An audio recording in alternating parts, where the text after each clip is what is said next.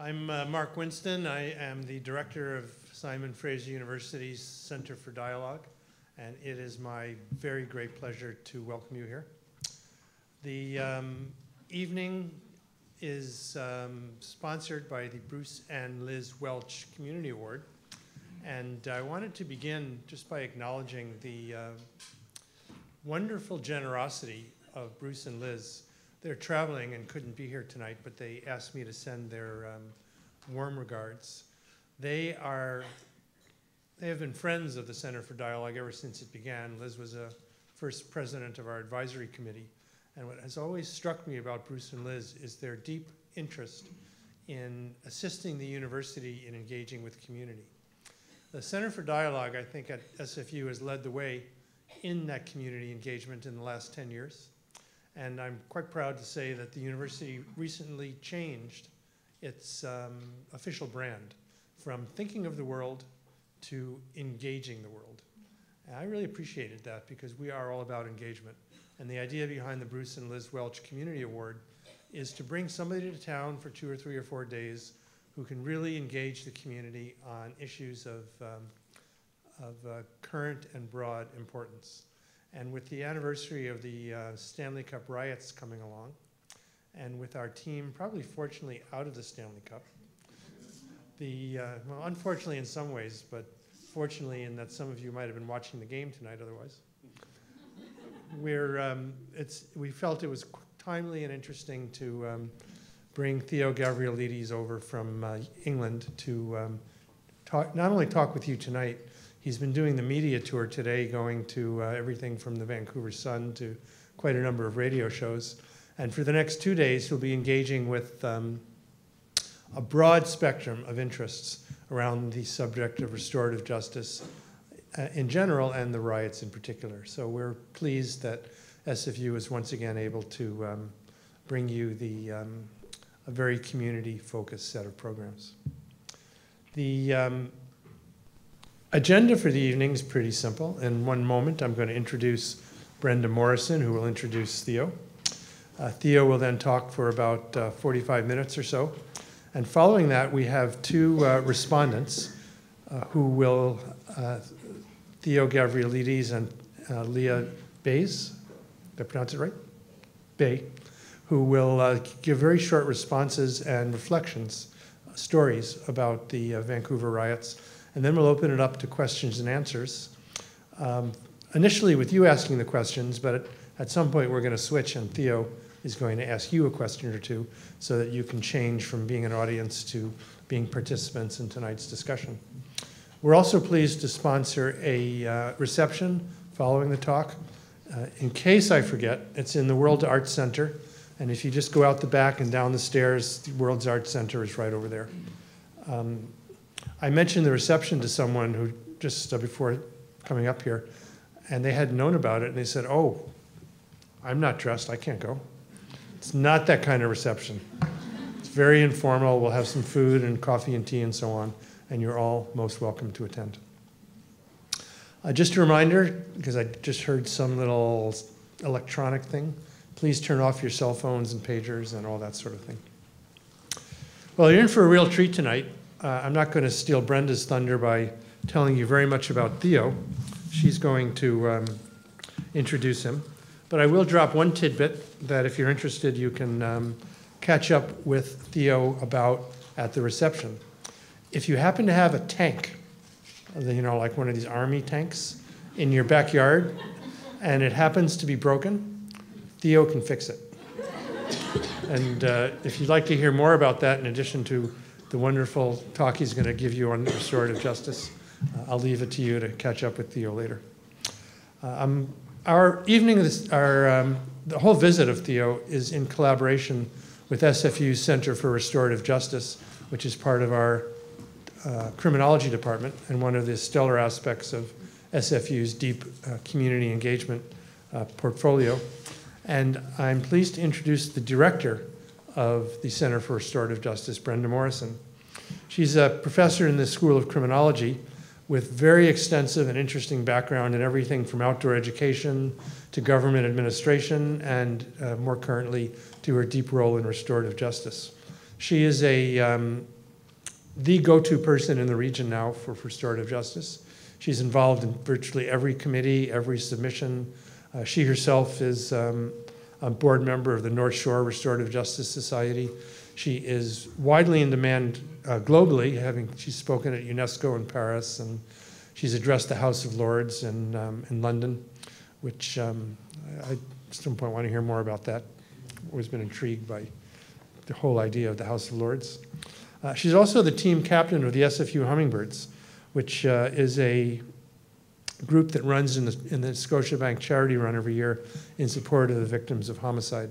So she both practices as a professional, but also personally has very deep involvement in the restorative justice community. And it's a great pleasure, it has been a great pleasure to partner with Brenda on this particular event and have the opportunity to work together, but also to introduce her tonight to introduce our guest speaker, Theo Gavrielides, to you. Brenda.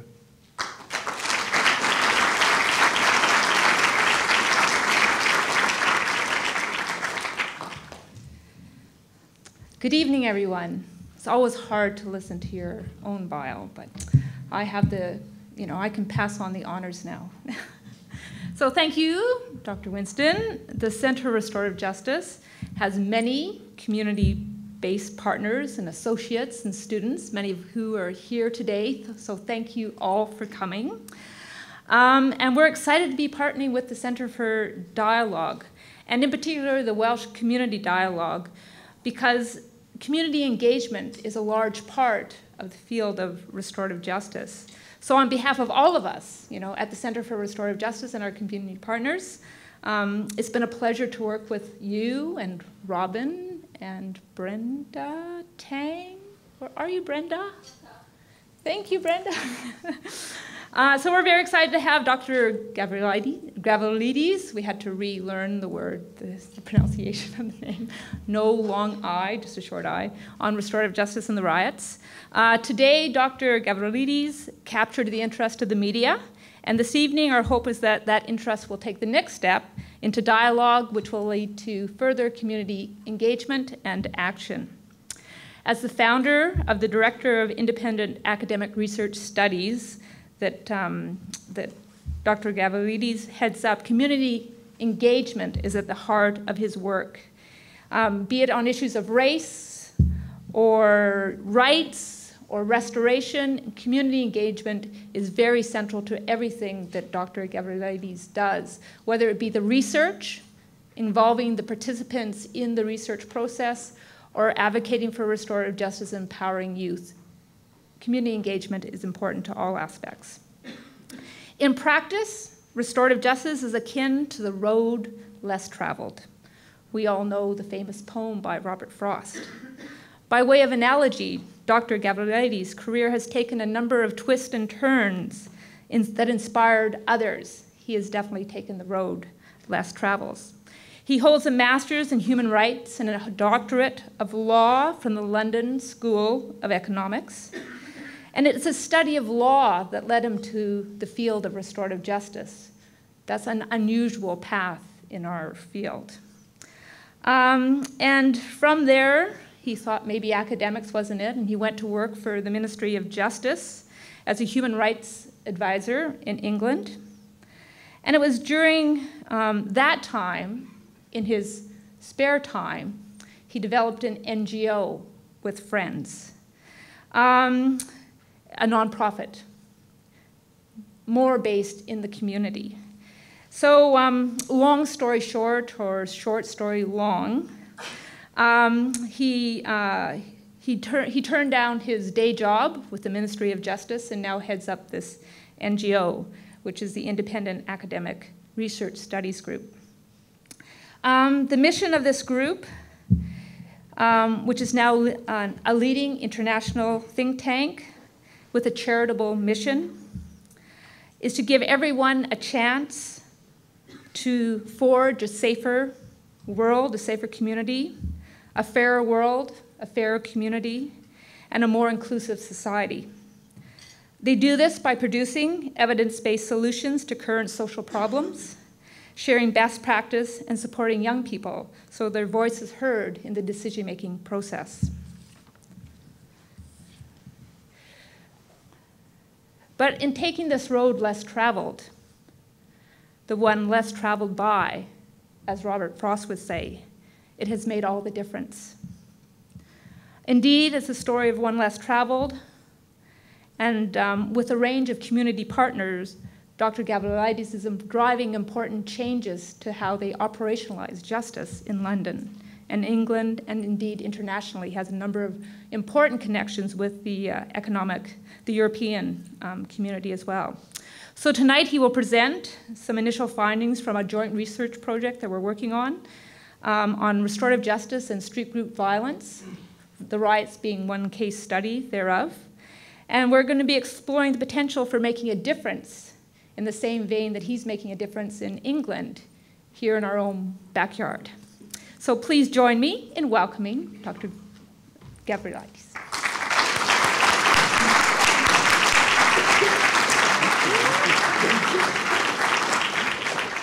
Wow, no pressure. Good evening, everybody. Well, it's a pleasure to be here. Can I just ask to turn down the lights a bit? Sorry. Thank you. Can I just start by saying a massive thank you to the Centre for Dialogue for inviting me. I feel very honoured. I don't think I've ever received so much attention.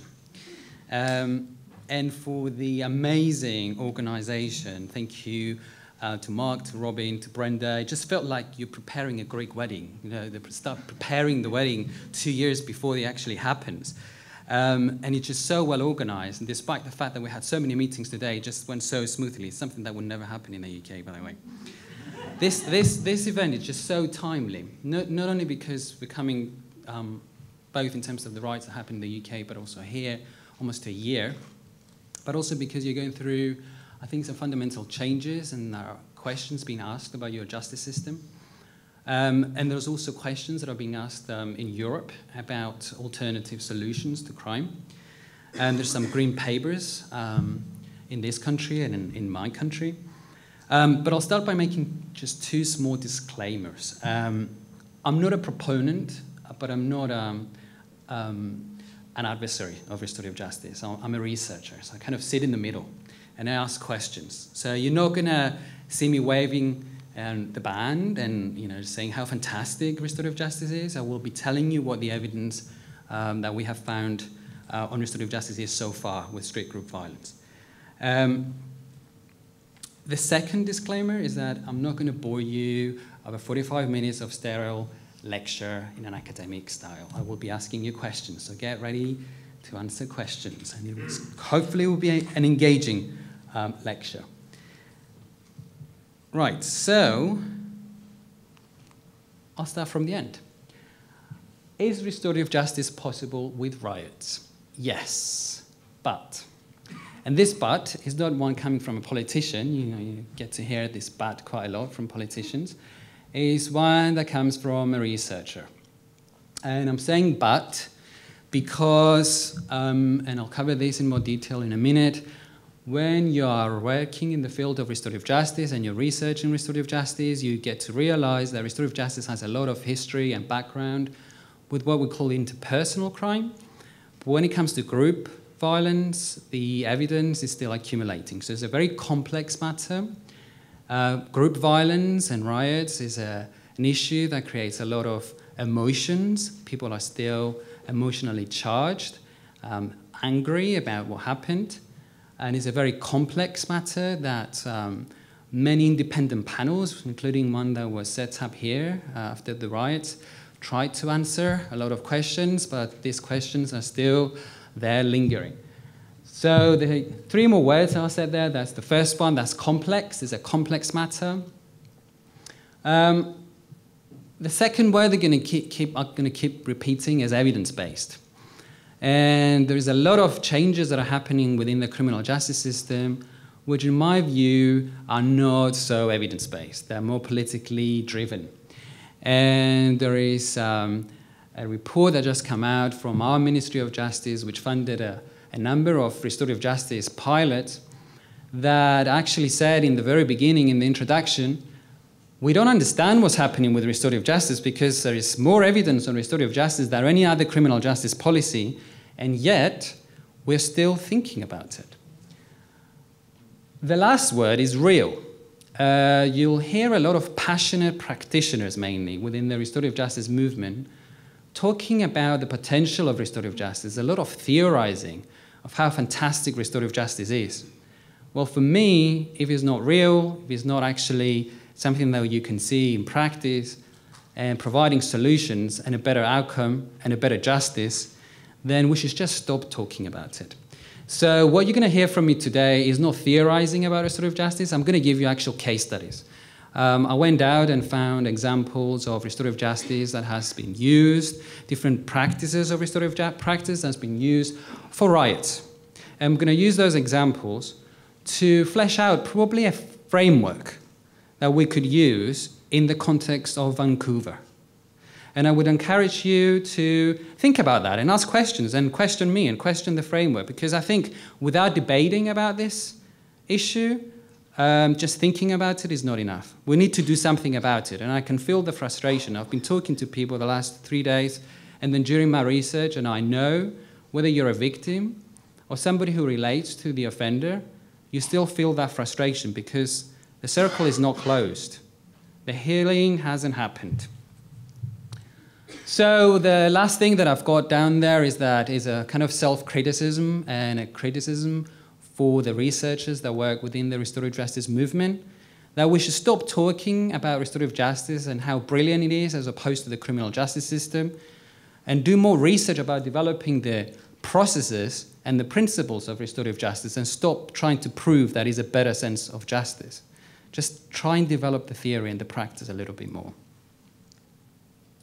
So this is what I'm going to cover today. I'm going to tell you a little bit about the project that IRES, my organization, and the Centre for Restorative Justice, the same at Fraser University, is carrying out on the issue of street group violence, and I'll define that in a minute, and restorative justice. I'll tell you a little bit about the methodology that we adopted so far, and then I'm going to talk about last summer, what happened here in the UK. But also, I'm not going to cover it tonight, but I'll mention a couple of case studies. The research extends to other countries as well. So we're doing a comparative study. And I looked at the riots that have been happening in Greece, for instance, for the last 2 years because of the economic downturn. And I'm sure you've seen it in the news. And also a very different type of riots, which happened back in 2002 in Gujarat in India. And I'll use that example as well. I'm also going to talk about, obviously, the case studies that I identified in these countries and how restorative justice was used or has been used in this context. And then some key findings, some recommendations. Where do we go from here? So why are we here in this lovely evening? Been quite, yes? I will definitely get to that. Just give me 5 minutes. I'll cover this first. I just want to ask you, actually, why are you here tonight? There is fantastic weather outside, some really nice pubs. Why are you here tonight? Can I ask, are there any victims in the audience who have been affected by the riots? Can you just raise your hands? Whether you're a business or an individual who was affected. Anyone who's related to a victim or a business has been, anyone who knows a business owner or someone who has been affected. Anyone who relates to offenders. Oh, he's an offender. Excellent. Can I get your names? I need to research it. Anyone who is interested because of policy or research reasons? Okay, excellent. Anyone who works for government? Brilliant. Any practitioner? Restorative justice practitioner? Brilliant. So a mix, right. So we know why we're here tonight. Why am I here tonight? Well, we had similar riots just a month later, and though they were for different reasons, I think in a minute when I go through it, you'll see a lot of commonalities. I just have to point out here that we tend to think that the grass is always greener. And when it comes to comparative studies, we have to be mindful of the differences, both in the jurisdictions, the legal context, the differences between the reasons that happened, the reasons that these riots has happened, and also the reason that drives social policy. So I'll come to that in a minute. So it's just a little disclaimer. The third reason, I suppose, is the legislative and policy background. And you have a green paper that has been, I think, is on consultation at the minute. And if you're interested, I will encourage you to respond. And then we also had a similar initiative last year. And as you can see, the intentions behind the reforms and the green paper is to bring a more effective and less costly justice system. So this is an opportunity, and I think the riots are giving you, as people of Vancouver, a reason to think about your justice system. Why it might need reform, why you might need to look at alternatives, why you might need to look at other examples outside of Canada, and use that as an opportunity to go into a process of reform and getting a better justice system. And finally, because some of you are interested in restorative justice and want to see how restorative justice can be put in this context. So this is the project aim, is to actually look at the potential of restorative justice with street group violence.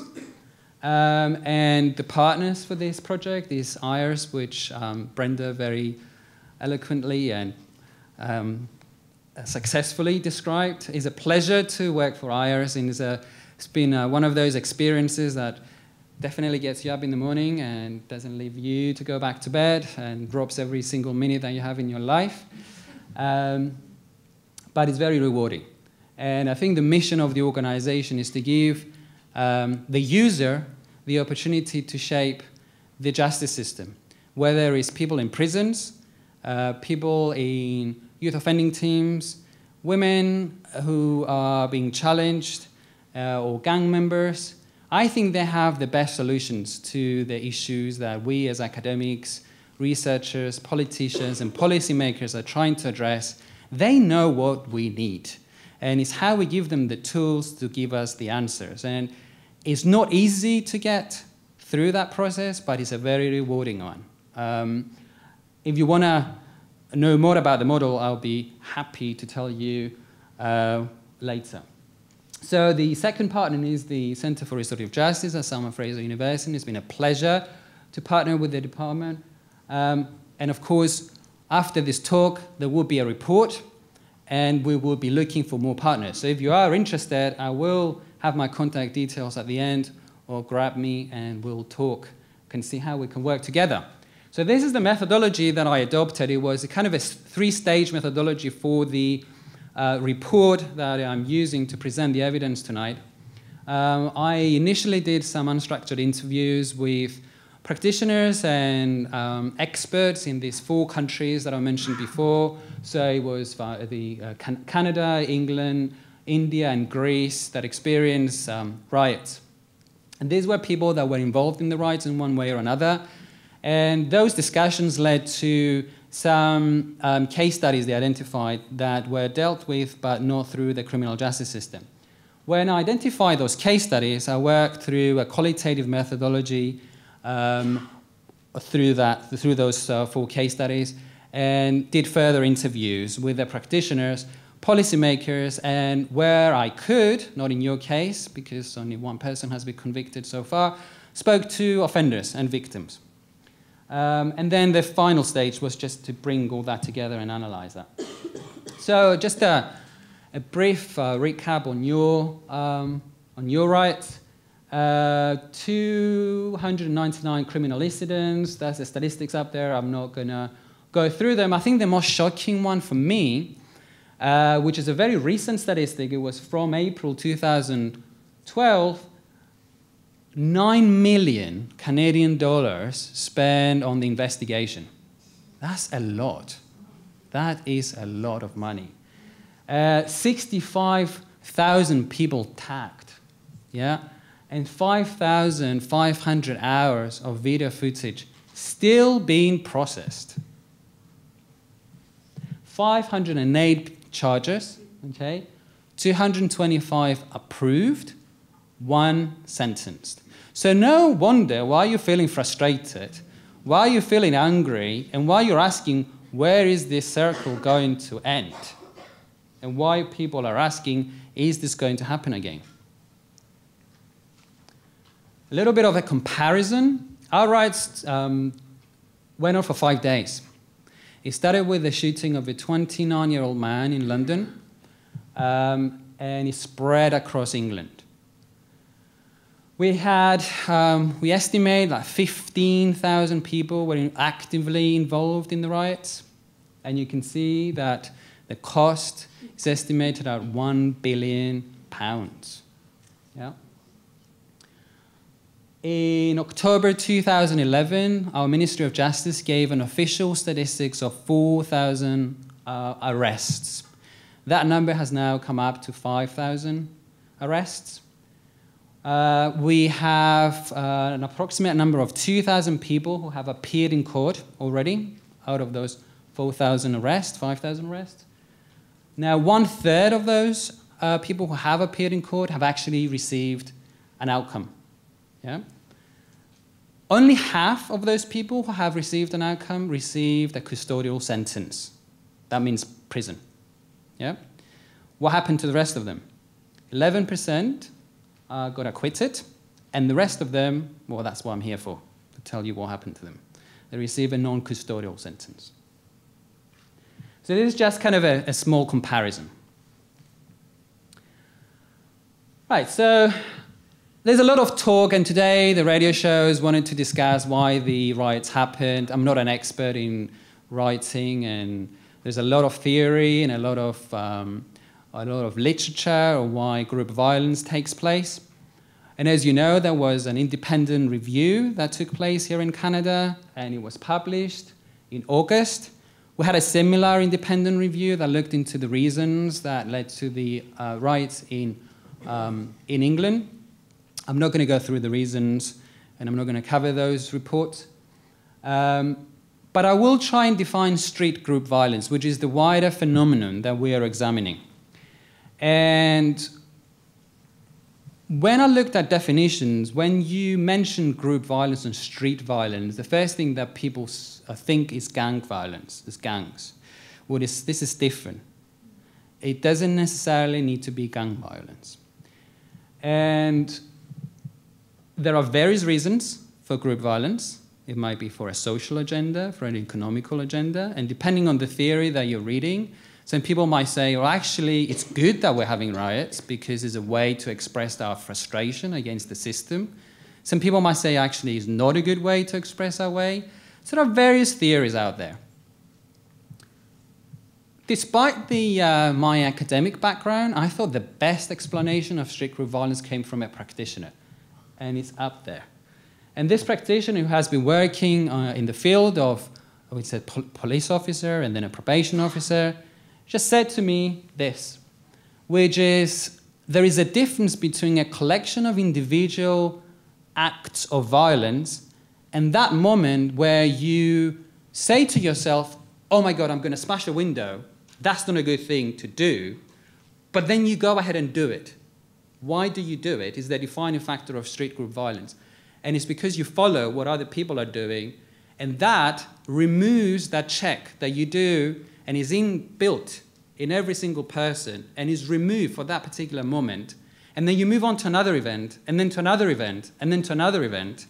And what you end up with, and this is the commonality between the different riots, the majority of people, and I'm not saying everybody, will wake up the next morning and look back and say, what did I do? And try, through that shame, to put it right. But it's too late because the criminal justice system will penalize you for it. And I'll give you some examples. So, restorative justice. You ask what restorative justice is. Now, there are many definitions of restorative justice. Some people focus on the process, some people focus on the outcomes. Obviously, I chose my own definition, which was a definition I came up with in 2007 when I asked a few 500 practitioners from around the world what they thought about restorative justice. And the word that kept coming up was this word ethos, which is not a practice, is not a process, it's a collection of values, it's how we live our life. But then you move on from that and it becomes practical. It's an ethos with practice, with a practical goal. It's a community-driven, a community-born form of justice, which in my view should work hand in hand with the criminal justice system to provide options for victims and offenders. Not to take the criminal justice system out of the equation, but to work with it. These are some practices that are identified by the literature as practices coming under the umbrella of restorative justice, and is mediation, which involves just either direct or indirect mediation, which involve the offender and the victim, the conferencing model, which will involve their families and friends, circles, which is more common here in Canada, New Zealand, and Australia. We don't have it in the UK. And community restorative boards. These are the main practices that come under the banner of restorative justice.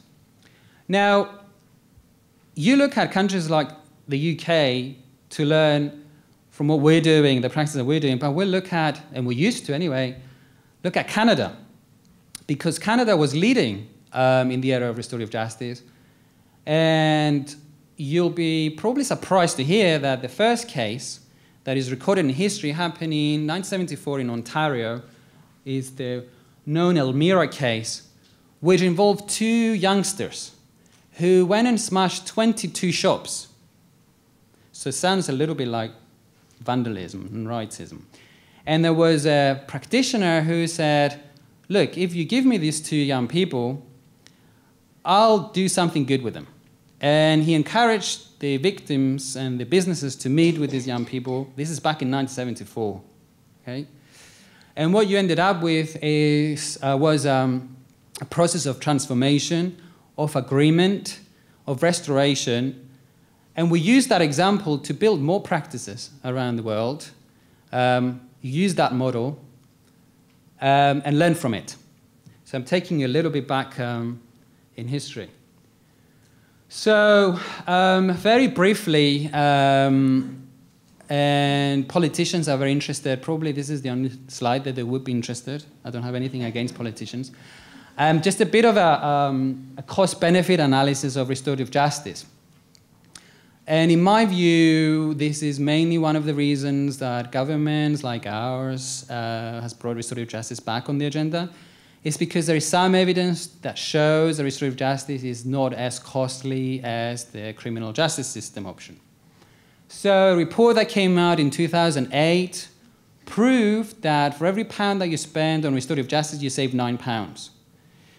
There were a couple of other studies, one in 2010 by Victim Support that looked at specific types of crimes like robbery, which said that over a period of 2 years, you save £185 million.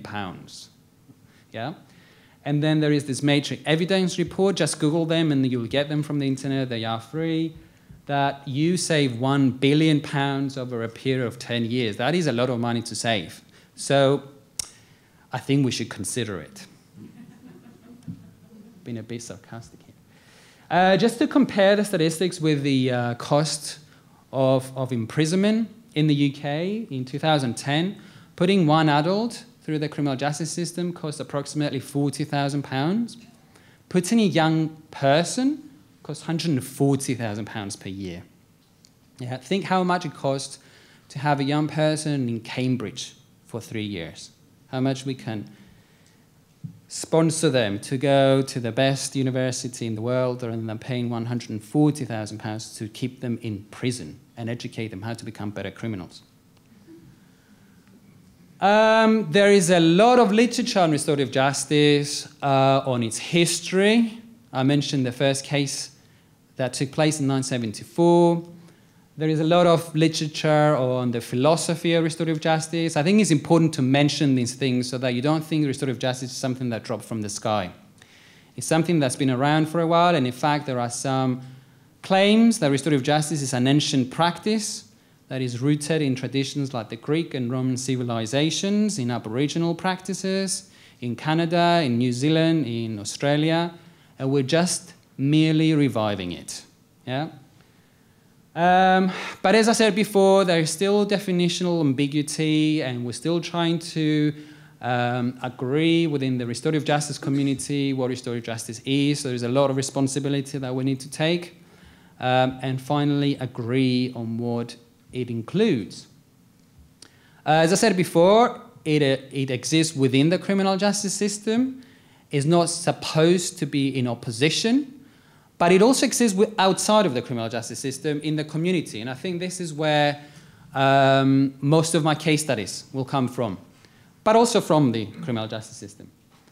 And we tend to forget that restorative justice actually works not only with criminal cases, but with private disputes, whether they are in schools, in neighborhood conflicts and workplaces, family disputes. It works in that context as well. But I'm not going to talk about that tonight. We also have very good evidence, as I said before, in relation to restorative justice and interpersonal crime. Not so much evidence on the use of restorative justice with group violence, which is why probably I'm interested in this project. I tend to get interested in jazzy projects. So my research is mainly around hate crime and restorative justice, sexual offending, child sexual abuse, and all the things that politicians don't want to talk about and we don't want to touch. And group violence and riots is one of them. The model of group violence, and we tend to forget that war and genocide is a form of it. Yeah? We have also very good evidence and some good examples. You may have heard the Truth and Reconciliation committees that use the restorative justice paradigm, whether it is in South Africa or Bosnia. There are some countries up there that have used that model. But as I said before, this is a different type of group violence. It's group violence that happens on the street and has that element that I explained before. I listed there some key underlying principles for restorative justice, and it's debatable, but I think in my view, if those principles are not present, what you probably get it's a mixture of criminal justice, restorative justice combination, and not necessarily the restorative justice outcome that we know you can get. I have to stress probably the fourth principle that people tend to forget, and is that it is a principle of voluntariness. Without voluntary participation and informed choice at any stage of the restorative justice intervention, then it's not restorative justice at all. The victim and the offender have to agree to do it. And if at any point they decide to withdraw, they should be able to do so. And not only they should be able to do so, but return the case back to the criminal justice system in a way that doesn't compromise the fairness of the process. So no evidence can be used. It has to happen between closed doors, and the presumption of innocence needs to remain in place. And let's not forget that you can't have restorative justice until you actually accepted that you did the harm. Mind, I'm not saying crime. They did the harm. So how about youth violence? And this is where the case studies come. So the case studies that I found, most of them are from the UK. The first one is the most thorough one, and it happens within the criminal justice system. This is an actual, I won't call it a penalty. It's an alternative to imprisonment that people who committed crimes during the riots, they received this particular penalty as opposed to imprisonment up to 12 months. So if it's beyond, it is more than 12 months, then this is not applicable. If it's below 12 months, then they're giving as an option this particular penalty. It has four modules. Each module has a different objective. The last module is the restorative justice module, and it includes various restorative justice meetings. The other three modules are modules like victim awareness, so they will be brought into conversation with surrogate victims to increase their awareness around victims and their, the impact of their acts and harm that they've caused to victims. It includes modules like citizenship modules, what it means to be a citizen, what it means to have rights but also responsibilities as a citizen, but also things like a curfew, and specific actions of restoration and reparation, so cleaning the streets, for instance. Yeah? The last module, which is the interesting one, is the actual restorative encounter. And let me remind you that the principle of voluntariness needs to be present through all these modules, and if at any point they decide to withdraw, then the process stops and they go back to square one, and they go back to the criminal justice system. This is done in Manchester, which is actually not the city that was hugely affected by the riots, but they were affected to some extent. It's not done in London yet, so it's not consistently done, but it is done. Obviously, because the riots only happen in August, there's not thorough evaluation, but they do collect data. And what they have managed to also put in place, and this is something that is very important to stress, yes, is led by the criminal justice system and the probation system mainly, but it's done in partnership with community-based organizations. So the practitioner I was talking with, they said, once we reach the stage of restorative justice, we work with community mediators because we don't consider ourselves to be experts in the field. We don't have that expertise, and we pass it on to experts in the community.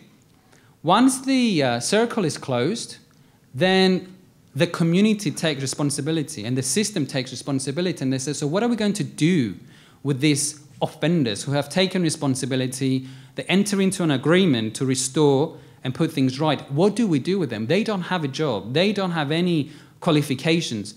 Are there any community-based organizations, any voluntary organizations that can provide them with opportunities? Yes, there are. So they form partnerships, and they create those opportunities that won't allow them to go into a vicious circle of reoffending. So that was the first case study, which is probably the most kind of thorough within the criminal justice system, and it is offered both to adults and juveniles. So there is no age restriction. The second one, it involves young people and is offered within the youth justice system after sentencing. So the first one was post-conviction, but not post-sentencing, because the sentence is the restorative justice intervention. This is post-sentencing. So once they have received, young people have received, and that's below the age of 18, the custodial sentence. I'll speak through a case study, which is a shop that was vandalized just next to my office, a KFC that I get my lunch from. No, I don't. I hate KFC. Scrap that. It was vandalized, and the shop owner, though the young people, that were three of them, received the sentence, wasn't satisfied. So he went to the council and said, can I meet these young people? I have something to tell them. I need to understand why they did it. And the council worked with the police and the social services department, and they brought them together. They had a meeting, and then that meeting led to another meeting, and then that meeting led to a circle where not only the manager, but his family and also the security guard that was present at the time and was assaulted came to the meeting. And he brought his family, and those three young people brought their families. So they started talking about what happened and understand why they did it. And in the end, cut the long story short, the owner became a mentor for one of the young people. And until last week, that young person was still working for that shop owner. He gave them a job, and they're working for the department, for that shop. The third case study, and I'll probably leave it there, and then maybe just opening it up for debate, but I'm sure you're thinking, how can this work in the Vancouver context? The third case study, which is not actually offered within the criminal justice system or the youth justice system, is offered within the community, happened during the riots. I mean, our riots went on for 5 days. So, you know, when they were happening, in a particular actual borough in London, which is called Southwark, which is where I live, it was heavily affected by the riots. There's a strong community mediation centre there. And the mediators felt that we have to do something about what is happening. And they went out on the streets. And one particular practitioner who I know very well worked solely with the Somali community, which is very present in the area. And what they were doing, they were negotiating what was happening at the time between the Somali youth in particular and the shop owners and their parents, and what was happening was restorative justice in action as the riots were happening. But that was community driven. Nobody told them to do that. And one particular quote that I liked and made me think was that she said, his mediator said, I had mothers coming with bags of jewelry saying my son wants to give it back to the shop owner, but we can't take it to the police because if we give it to the police, they'll say, who took it? And then they'll end up in prison. We just want to meet them, give them the jewelry, apologize, and see what we can do to put it right. But we can't do it. We can't go to the police. How can we do it? Question mark. I won't go through all the case studies there. I'll probably very briefly mention the Greek case study because it's so different. And it's not about a restorative justice meeting. It's not about a restorative justice outcome. It's just something that happened like a day like today. The riots, there were several riots that have been happening over the last year. One of those riots were covered by, it was just a few months ago. A journalist was covering these riots, and he noticed some police officers who were exercising powers a little bit too much. And he went to say, why are you beating people up, and I don't think you should be doing that, and I'm a journalist. And he identified himself as being a journalist, and they responded by throwing a stun grenade. And he was disabled, he became deaf, and there was prosecution, but like in your case, there was no outcome, and we're still waiting for an outcome.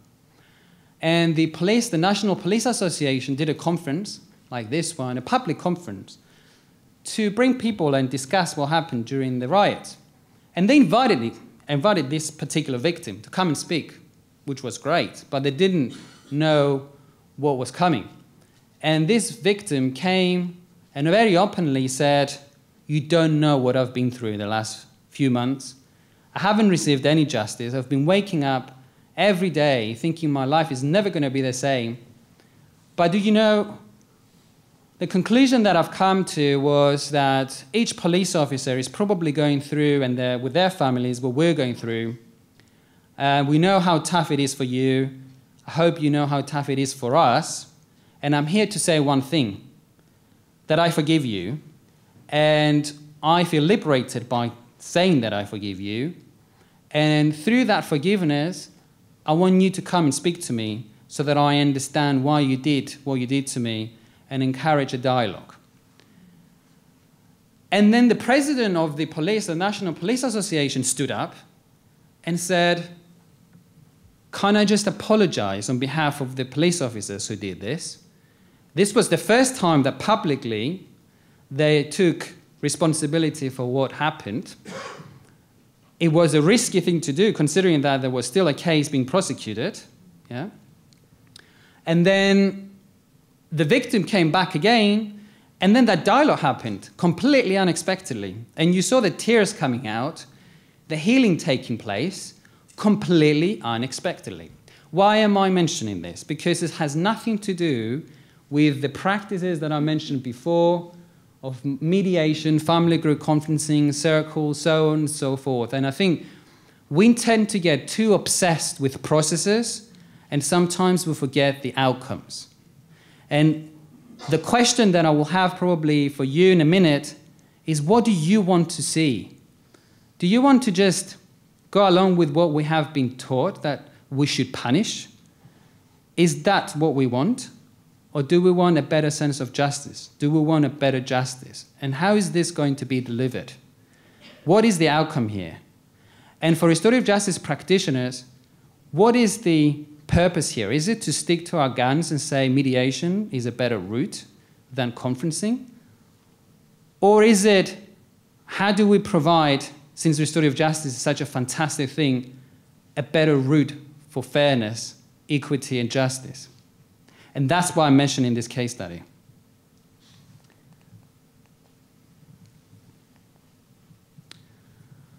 So, key findings. So, we've got some evidence, we've got some case studies, we know what it might look like, and I'm going to come to this framework in a minute. Where do we go from here? They asked me today on the radio shows, so, what do you want to see? And of course, we said, I think Brenda said, we want a better justice system. Who doesn't? My suggestion would be to take baby steps. Take baby steps and pilot. Pilot restorative justice with group violence. Pilot it over a year. Get a good partnership with researchers, practitioners, some policymakers. Work together. And if politicians, whether in opposition or conservatives, liberals, whatever their direction is, criticizing or advocating in favor of restorative justice, if you have an interest, come together and test it. Without proper testing, and you can look at the evidence in terms of what the framework is. If you don't put it in the Vancouver context, you will never know. Try it with a pilot. But you need to get some support, some investment.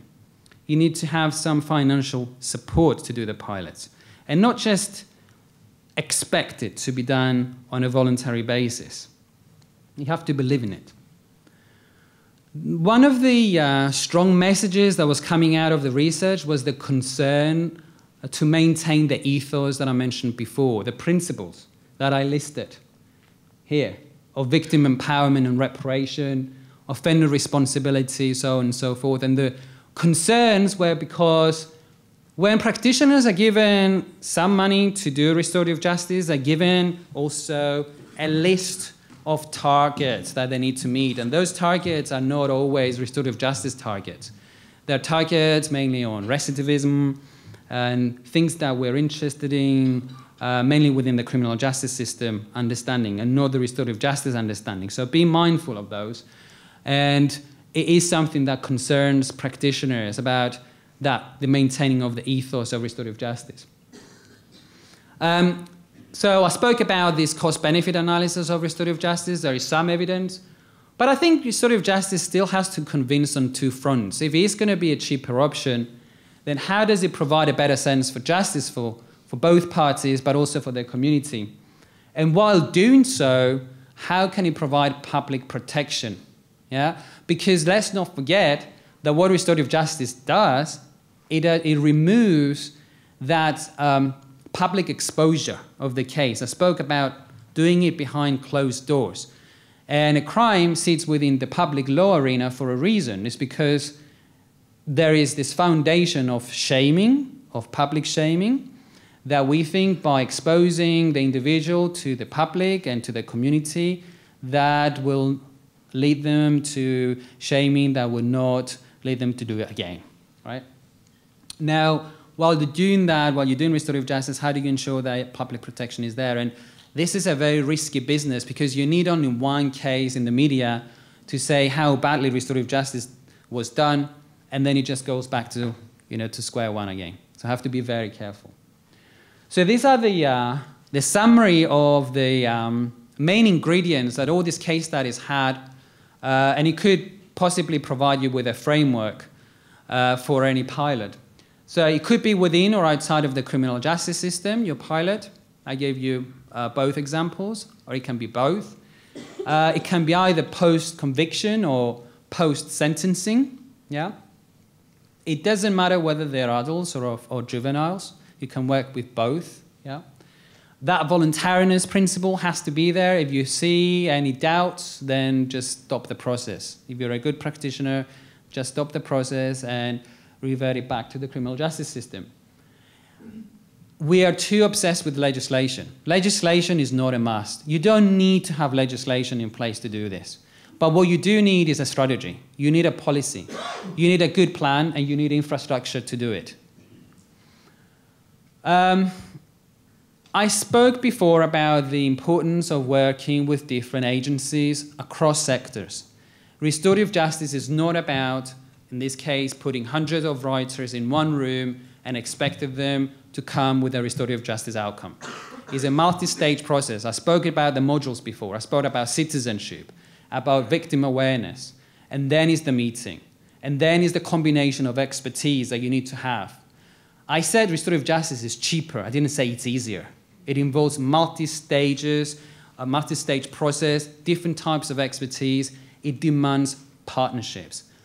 The criminal justice professionals have to work with communities. They have to work with the mediators. You have to work in partnership. And as I said before, let's not be too obsessed with processes. Let's look at outcomes. And if group violence, which is a new territory for restorative justice, is challenging restorative justice, and we need to think outside of the box, and we can't call it mediation or conferencing, let's just focus on the outcome. And let's call it pink elephants if we have to. Group accountability. I spoke before about this different element that restorative justice has in relation to group offending, that has that removal of that individual accountability. When that moment that you smash the window and that individual responsibility is not there, how do you address it in a group context? Well, you can. As long as you adopt all the other principles of multi-staged voluntariness and so on, then you can get group responsibility and also healing for group victims. And the final thing, which you won't be surprised to see it up there, is this user-led or victim-led, whatever you want to call it, model of practice. If we don't involve the people whose life are being affected or who are, our policies and practices are targeting, then I think we just, I call it Googling, just Googling on the internet, just come up with the best solutions. We need to involve them. And when you do involve them, there are a lot more chances of succeeding and less money being spent. I mean, £7 million being spent on investigation. It's unbelievable. What do victims want? Yeah, it's easy to assume that victims want more punishment. Well, let's look at the evidence. And there are a couple of reports up there that say that actually victims are not as punitive that we think. But particularly in relation to the riots, we had an ICM poll just a couple of months after the riots. And when they were presented with the idea of restorative justice, you can see the percentage. 94% wanted restorative justice. It wasn't a scientific poll that took place here. It was an online poll, so not as scientific as this one. But again, I think it was 56% of the people who were asked here about restorative justice and the Vancouver riots, they opted for restorative justice. So that's a good indication. This is the last slide, I promise. No, there's another one. But it's a short one. Robust evaluation. This is a new territory. I said before that without evaluation, we'll be just theorizing. And if we are going to go ahead with pilots, let's make sure that there is inbuilt evaluation. There are good evaluators out there. There's good evaluation models. Let's use what we have. I already spoke about working together. Innovative justice, which includes restorative justice, is not cheap justice. You can't fund a project for a year. You have to commit. You can't send the practitioners go home after a year and try and, you lose the momentum. Yeah, all the energy, the passion. Oh, yeah, you do it once, and because they're passionate people, they'll come back, they'll bounce. But they're doing it again and again and again. It wears them down. You have to have commitment. You have to believe in it. And you have to set up the infrastructure for it. I spoke about the role of the user. I'm not going to go back again. There are opportune times, and there are opportune times for restorative justice. We had them in the UK probably 4 times since I've been involved in restorative justice. That's been 15 years, despite my young looks. I want to believe young looks. And that changes. The reasons tend to change. This time is because of finances. There's just not enough money. So we're asking, are there any better options? It's not always because we want better outcomes. It's just simply because there's no room to put people in prisons. So we have to do something about them. If that's the reason, then I'm worried, because that doesn't show real commitment. And there is this term in the UK you may have heard, just called the big society, which is David Cameron's favourite word. And though it sounds like the most amazing concept, which is all about empowering communities to own, what's happening and do something about it. Well, I work in the charity sector, and when we hear big society, it means that they want us to do things without being paid. Yeah? And that's the last quote, and I took it from one of my favorite philosophers, which is John Stuart Mill. And John Stuart Mill said that if we talk about things too much and it's too theoretical, they become fictitious entities. The only way you can make them real entities is by actually putting them in practice. And if you don't, and you carry on talking about them, they just become really dangerous with very, very sinister goals, and that should stop. And on that note, I will stop my presentation and leave you with my contact details. Thank you very much.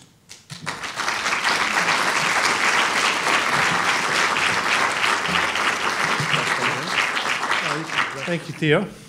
We will bring Theo back up in just a couple of minutes. But before we do, I'd like to introduce our two respondents who will each tell you a very quick, short, 5-minute story of their experience here in Vancouver. And then we'll ask Theo to come back and begin more of a discussion about the any questions you may have, but also about our local Vancouver situation. I think what I'll do is introduce both of our respondents together now, and then we'll call the first and then the second up to share their insights with you. First will be Peter Elliott, who is the Dean of Christ Church Anglican Cathedral and also a Chancellor at the Vancouver School of Theology. Peter is a national leader in the Anglican Church, but also both locally and nationally has been a strong advocate for restorative justice. He is an associate member of the Vancouver Association for Restorative Justice. Personally, he's very committed to social justice and reconciliation and was a major force following the Vancouver riots in promoting the idea of citizens' response and of restorative justice as a way of responding to the riots through the official systems. Next month, he's very deeply involved in the program to recognize and remember the first-year anniversary. Our second respondent will be Leah Bai. She's a high school student at Lord Byng Secondary School, president of the Vancouver District Student Council. She demonstrated her personal leadership after the Stanley Cup riot by organizing a youth forum which provided the city with the very critical youth perspective about the riots. She was recently awarded a very valuable and very prestigious TD scholarship for community leadership, which I understand she won't be taking at Simon Fraser University. But she does have a plan to continue on in public policy. So I'm going to ask Peter to come up first, and then Leah, and share their thoughts and insights with you.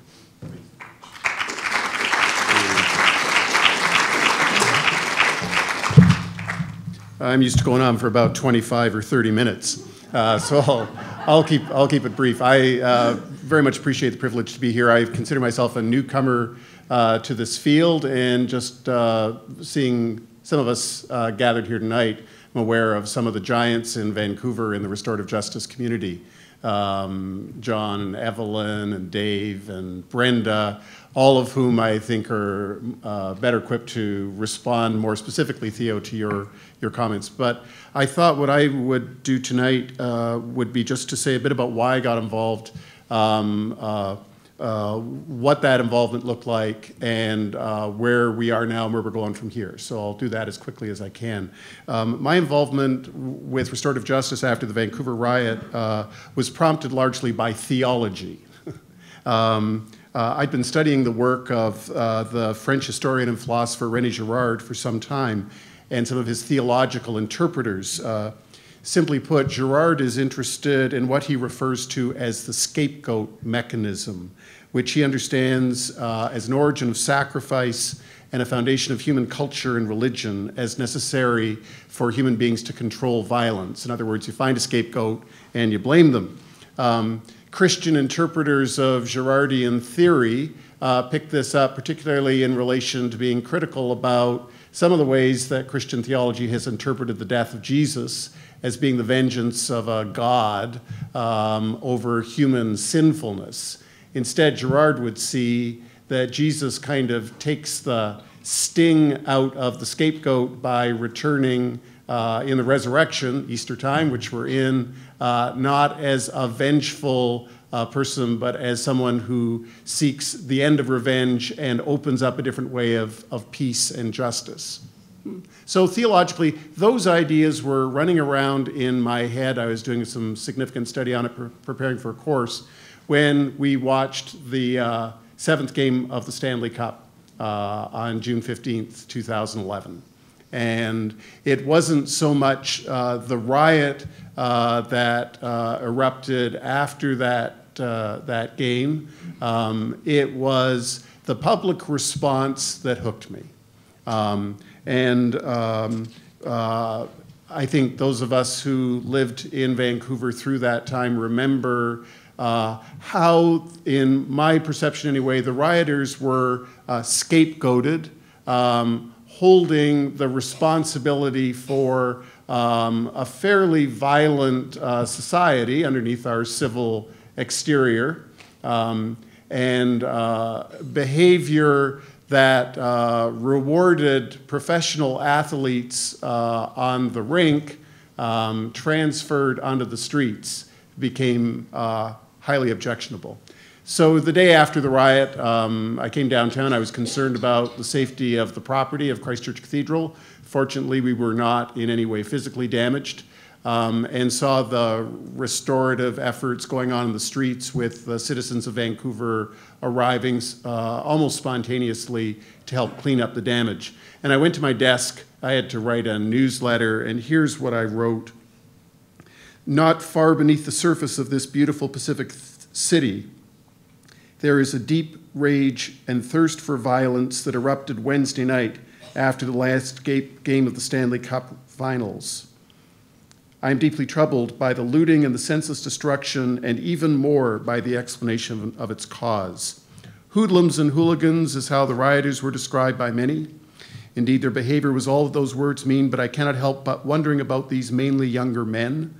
Well, we can still call them names, and while I find their behavior despicable, they are each someone's child. They went to our schools, were taught in our classrooms, they played in our parks, they may well have attended our churches. As I've listened to the commentary, there are repeated efforts to distance ourselves from them, but in my view, sadly, they are us at our worst unmasked, and it didn't take much. It was, after all, only a hockey game. And I went on for a little while about that.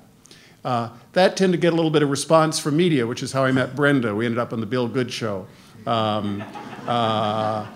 when those words came out. And we organized a couple forums that one of Theo's slides referred to at the cathedral. One, a time for people in the community who live and work in downtown, as I do, to come together and debrief their experience. It was very well attended. We followed that with a walk from Christchurch Cathedral at George and Burrard to Larwell Park, stopping along the way and noticing what had happened.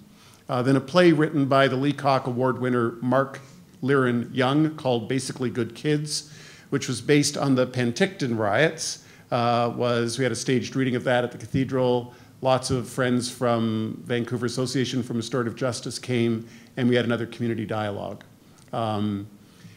Going forward, two interesting things. As Theo mentioned, it's coming up on the 1-year anniversary Some of us have been working together to figure out a way to mark the anniversary and frankly to get out ahead of the media in relationship to simply bringing back the images and saying, why are these hoodlums and hooligans not yet charged? I don't know how many of you saw this. Is it upside down? Which VPD put out? A kind of postmodern wanted poster. Pictures of people still looking. How many $1 million? Yeah, okay. In my view, couldn't some money have gone to some other efforts? And we're working away at that. So we're thinking of maybe reconstituting the walk down Georgia Street and maybe seeking to talk to people who are victimized, beginning with the victims. Because I think there's still a fair bit of low level, but still post-traumatic stress amongst those who were directly involved, and that has not yet had been addressed by the media. The other thing that we're working at doing is in cooperation with the Museum of Vancouver, having an exhibit of the, they're called the Plywood of Tears. Do you like that? The plywood that was put up over the broken windows in the downtown area. They're now in the possession of the Museum of Vancouver. I was privileged to get in and see them last Monday. It was an emotional experience, actually, to see a little fewer, just about 98 plywood boards, 5x7, all covered with graffiti. The majority of the messages on the graffiti are about restoring and healing Vancouver. Because it's graffiti, you get everything. But our hope is to have some of those boards at Christchurch Cathedral and to mark the time that Vancouver citizens, I think, stood up and said, we want to restore the peace and civility of this city and find a creative way forward. The Museum of Vancouver will be doing a public event on the evening of the anniversary in relationship to those boards to continue the dialogue. So there's a few thoughts. Thanks.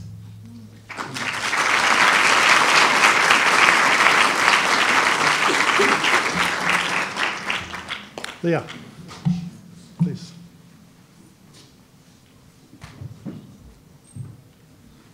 Hi everyone, my name is Leah Bay, and thank you for the warm welcome today. I'm a grade 12 student at Lord Byng Secondary. It's, for those of you who haven't heard of it before, it's the school of 1,300 kids right outside of UBC, and I'm the arts program there.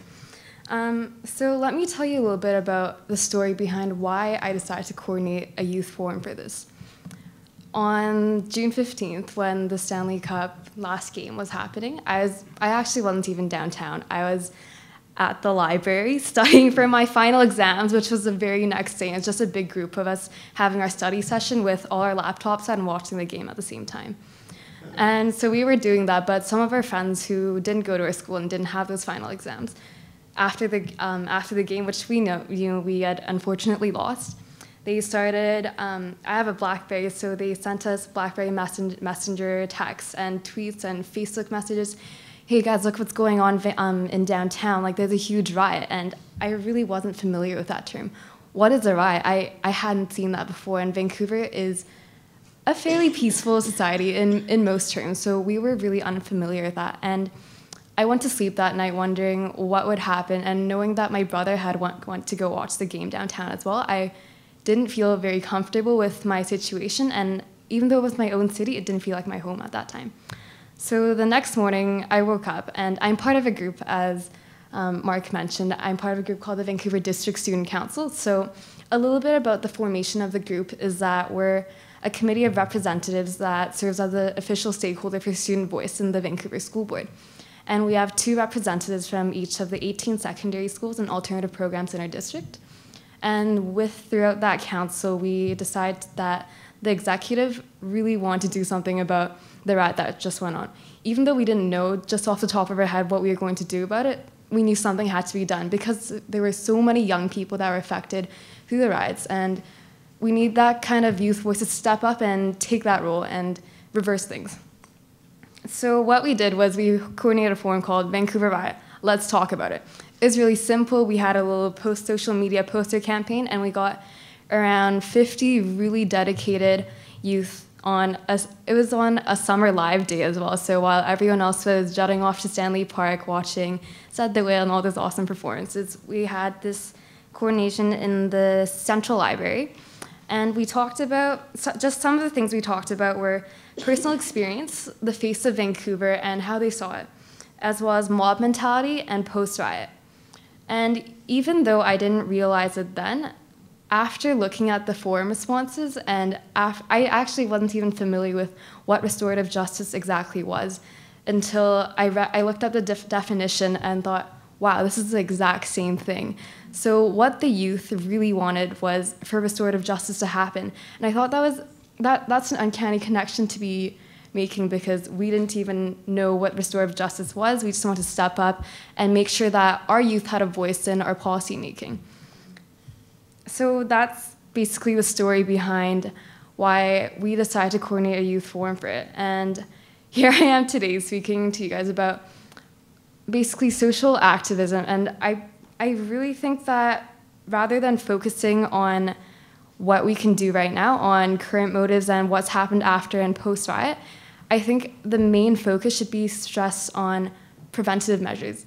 So right after our forum, we actually had a little project development session, and we had ideas such as the apology walls being put up into our streets, and even things like having a parade downtown to show that we love Vancouver and selling I Heart Vancouver shirts. Those are just some of the ideas that came up. But one of the things that struck us the most was that they wanted youth to have a bigger role in policy making. And we decided to make that part of our mandate this year. So we installed that as the Vancouver District Student Council. And we've been working more to expand our networks and make sure that not just youth who are typically engaged and come out to all the keener sessions, let's say, so not just those people, but reaching out to people that don't usually get engaged, because we know that as youth, it's so difficult to make that first transition step into community involvement. I faced that myself. I wasn't always involved in my community, and I didn't always want to make a difference either, but once I was introduced to that first step, which just for me happened to be student council at my school, but there's different ways you can get involved, and that one step, which is the hardest, and which is why we see a lot of apathy in our youth today. But after taking that one step, it's easy. It's easy to get our youth involved and caring and trying to make a difference in our society. So I think the preventative measure about community involvement is the most important.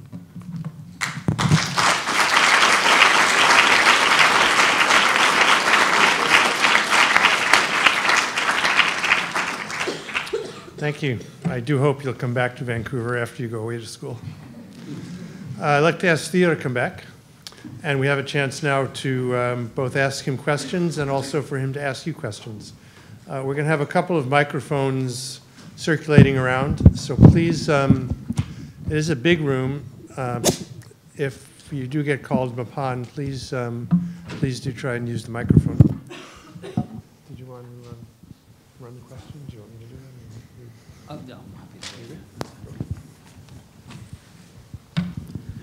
Who's going to be the brave one to start the conversation? The dialogue, sorry.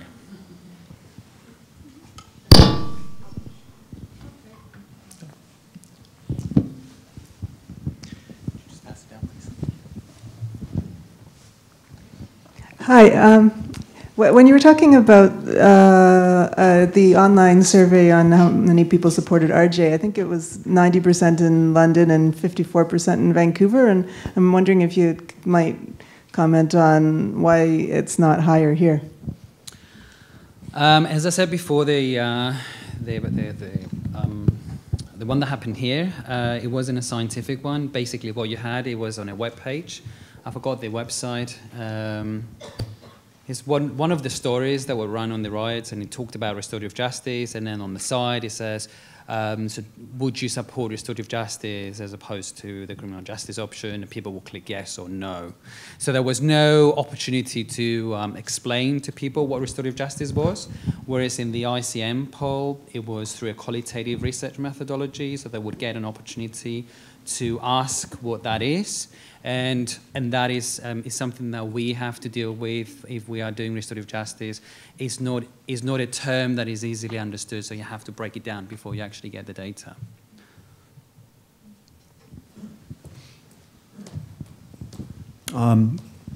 So you have hundreds of offenders, hundreds of people who have been victimized. Life is moving on at a rapid pace. People are trying to get back to their businesses, get back to work. There's investigations that are ongoing, criminal investigations. And yet to get the restorative justice model working, what does it look like within that context? How do you get started? I think that would be your choice. It would be what would work for Vancouver. And as I said before, what at least our project can do, and I think I tried to do today very quickly, is to look at the common elements that these case studies have, identify those common elements, and then with those elements as a starting point, put it in your context. And through a partnership, and I can tell you, you won't be able to do it through a partnership, identify a model that works for you, which is why I said you have to speak to the users. And in this case, the users are these businesses, are the victims who have been affected, and the offenders as well. Most of the times you get the best solutions through the offenders and the victims. Those principles that were up there, I think in my view, are just your foundation. Yeah? Which is why I said, this is Vancouver, that's London, that's India, that's Greece. What works for them might not work for you. It might work within or outside of the criminal justice system. It might work within the community. You have to find out yourself, which is why you have to have the pilots first. But you have to believe in it. You have to support the practitioners to do it. Should people with wearing masks be treated differently than those that don't? I didn't see where the question came from. So over here. There, so, right. Whether they should be treated differently. No, sorry, you're there. Yeah. Should be treated differently. Well, if you are going to enter into a restorative justice process, it means that you have accepted what you did. So you admit that you did it. So you have to remove the mask and say, I did it. I am sorry. Now I want to understand why I'm sorry. And I want you to give me an opportunity to show you that I am sorry and to answer any questions that you have. So the masks have to come off.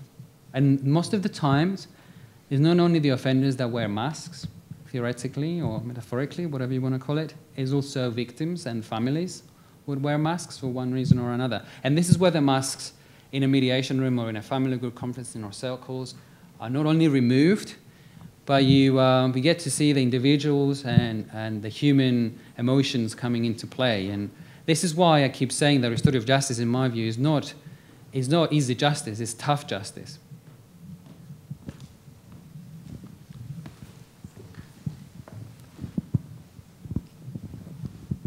In terms of repeat offenders, like criminal justice compared to restorative justice, what percentage of people who've been through these systems become repeat offenders or, do crime again or commit something after that?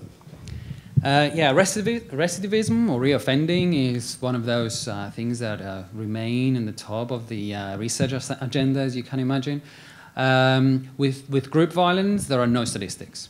So I cannot give you any concrete data on group violence, but I can give you loads of data on interpersonal violence, and we know that 1 in 2 young people will commit crime, the same crime again, and the same approximately statistics is with adults as well, so they will probably go back and do the same thing again or worse.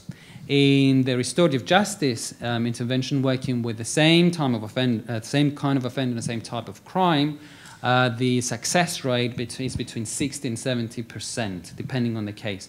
But again, as I keep saying, don't get excited, because restorative justice works when it works really well. It works well when it works, but it doesn't always work. And the dynamics is a combination. It could be the type of crime, the type of offender, the type of victim, the practice that has been chosen, and looking just on the rates of recidivism, which is why I said before, when you evaluate restorative justice practices, you need to look at the process and not just ask whether it worked, but you also have to ask what happened. Yeah? And if you manage to answer that question, what actually happened, and not just would it work, or whether you are going to have less recidivism, then you are going to get a better sense of evaluation. Hi. I'm just wondering, in regards to group violence, how do you make the larger community who's not involved in the direct restorative justice situation that's happening feel like there's been justice? Because I feel like a lot of people in Vancouver talk about the riots and are angry, but they weren't directly impacted by it. So how do you create that larger impact on the community feeling like something's been done? Mm-hmm. I think Peter Elliott gave an example just a minute ago. There are the case studies that are presented is what I call the narrow kind of understanding of restorative justice, which is in the form of intervention, and it goes straight into the criminal justice system, diverts the case, and then you either have a reduced sentence or no punitive sentence at all.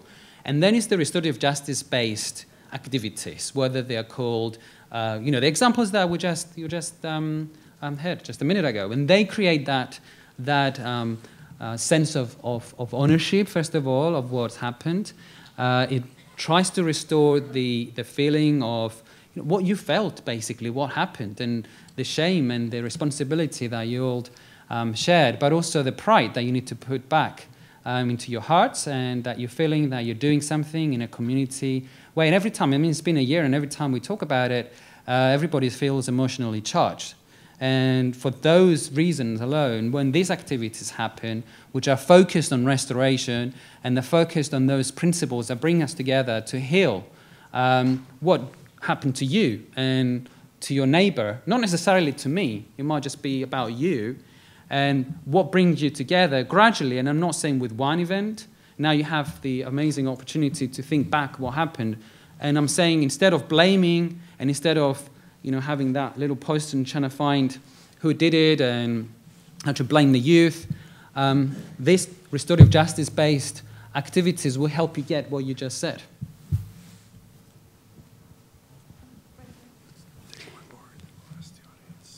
Okay, yeah. One more question. I think it's just, yeah. Earlier in your presentation, you had mentioned the definitional tension within the restorative justice field. And I'm curious how you've approached, when dealing with decision makers and policymakers, if indeed you have been dealing with them, how you've approached that tension, particularly when, on the one hand, needing to explain, as you've mentioned, that processes are flexible, they work differently in different communities, while also needing to meet the need in creating policy and strategy around this is what it is, and this is why it works, and this is what you can do to implement.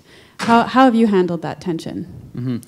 That is a very good question, which I've mentioned our green paper, which is interesting to compare the two green papers. And one of the things that I've been doing over the last 6 months is working with our Ministry of Justice, and particularly it's called NOMS, and is a department within the Ministry of Justice that focuses just on prisons.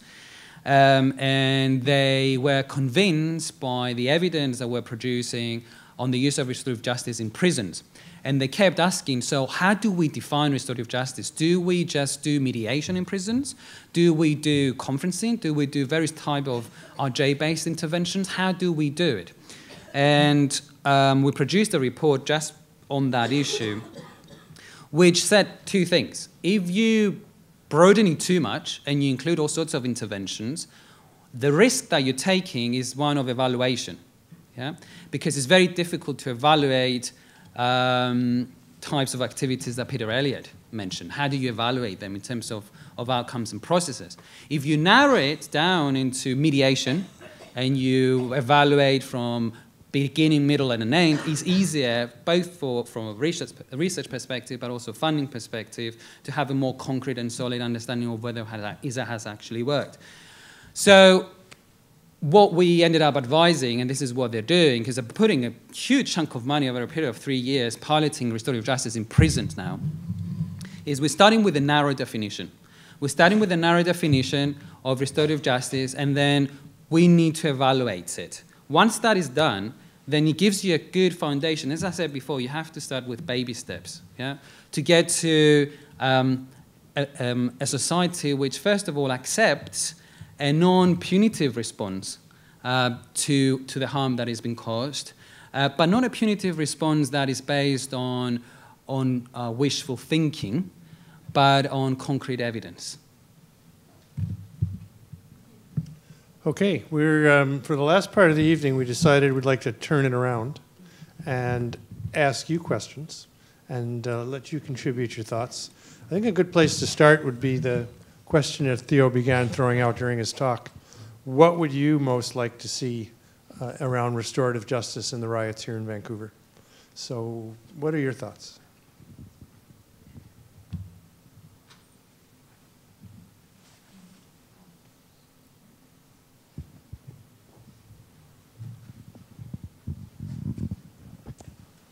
So something that really spoke to me when you were making your comments was that idea of, I guess, focusing on the geographic area as a particular problem case. And one of the comments that one of the other speakers made was that there's a lot of scapegoating that can happen when we're looking at that particular geographic focus or incident focus. And so I think it really spoke to me because I felt very uncomfortable when people would associate Vancouver with the riots, and I felt that need to distance myself from those people. But I think you were quite right, and the other speakers were quite right, in the sense that we are part of that community and we are part of that society that can allow these things to happen. So I think maybe a broader understanding that people can take away, and maybe publicity around that idea that we're all somewhat complicit, even if we weren't the ones torching cars and breaking windows.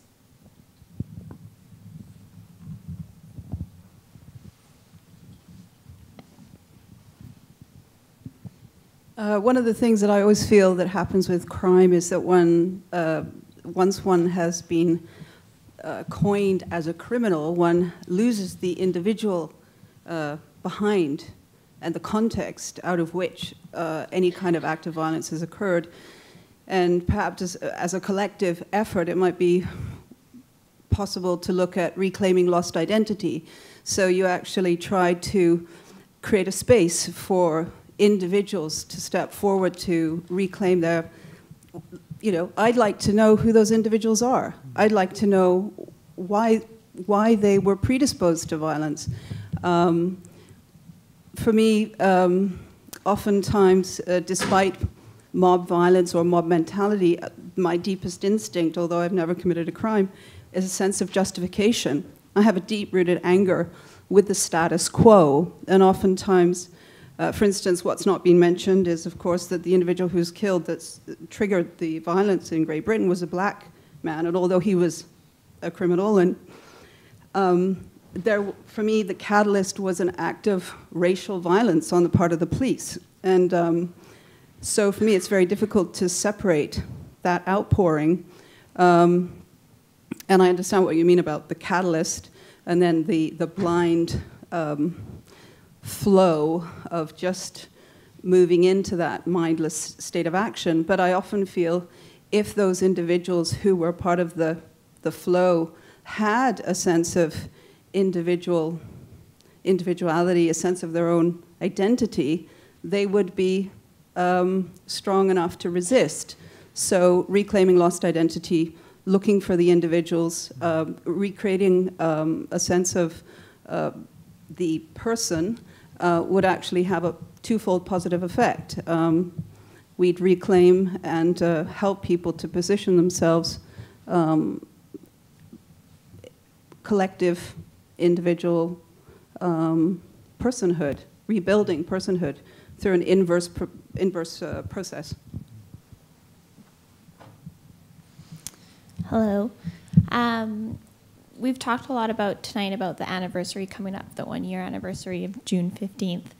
And I think something that needs to be done is to almost rebalance the scales in terms of who the focus has been on. So much of the media attention has been on, again, you say young males and the broader community who have been, labeled many different names for causing the destruction.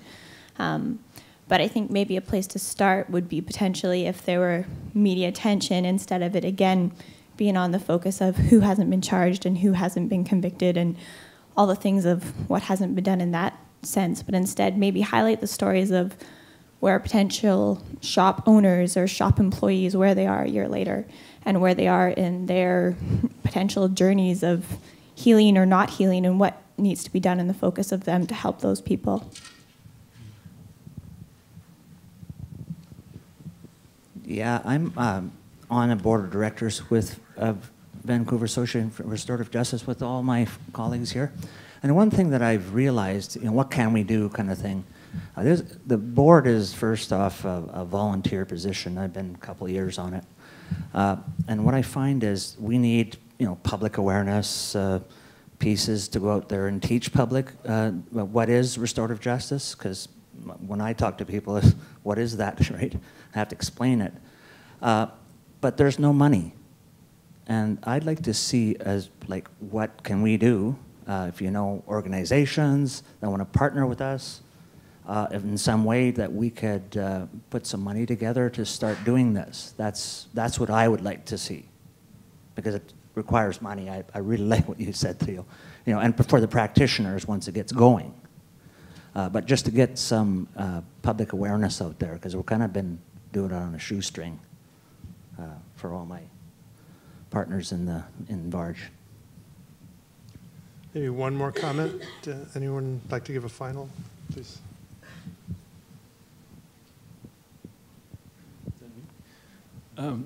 Ms. Bay's comment about the idea of having a parade of young people to celebrate made me think of Barbara Ehrenreich's book, Dancing in the Streets.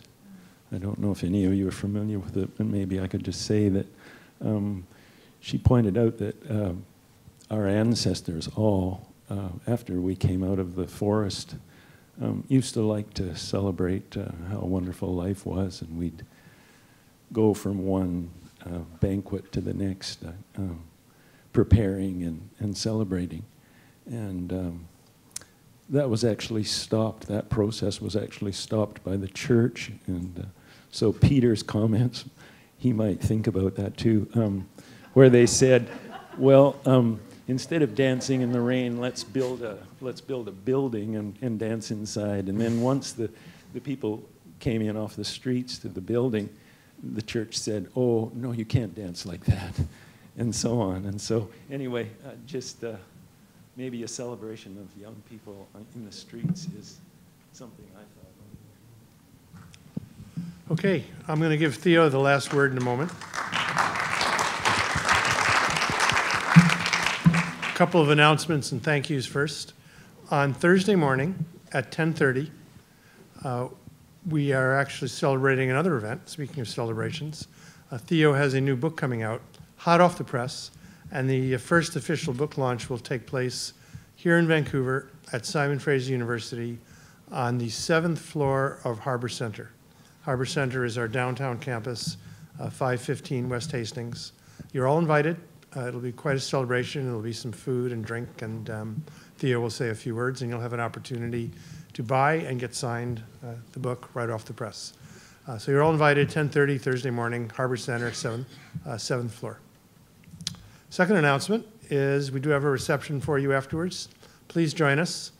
If you just head out the back, go down one flight, and over that way on the 2nd floor, it's in the World Arts Center. There will be some food and coffee and tea and a chance to continue the conversation. A few thank yous. I am extraordinarily fortunate to have two of the finest staff members you could ever imagine who have done an amazing amount of work, not just for this event, but for the whole 3 or 4 days that Theo was here. You've seen them holding the microphones, Robin Prest and Brenda Tang in the back. I just want to express my appreciation for the fine work that they've done to put all this together.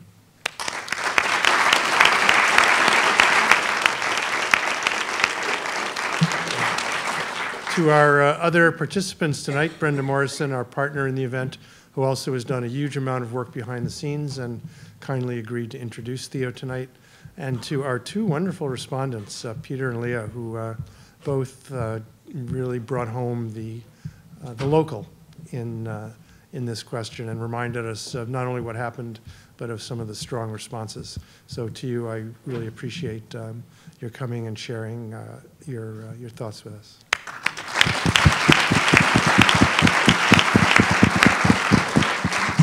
And before I turn it over to Theo for his last words before our reception, I wanted to express our appreciation from the Centre for Dialogue, and I'm sure the audience's appreciation as well for not only a fine talk, but just the dedication you have to this work, the clear global understanding you have of its significance, and the practical bent you bring to actually making things happen. It's kind of unusual to find all that together in one person who can also repair tanks at the same time. And it's been great having you here with us for the last couple of days, and we're really looking forward to your continued presence and the great benefit that the Vancouver community is getting from your being with us. So thank you very much.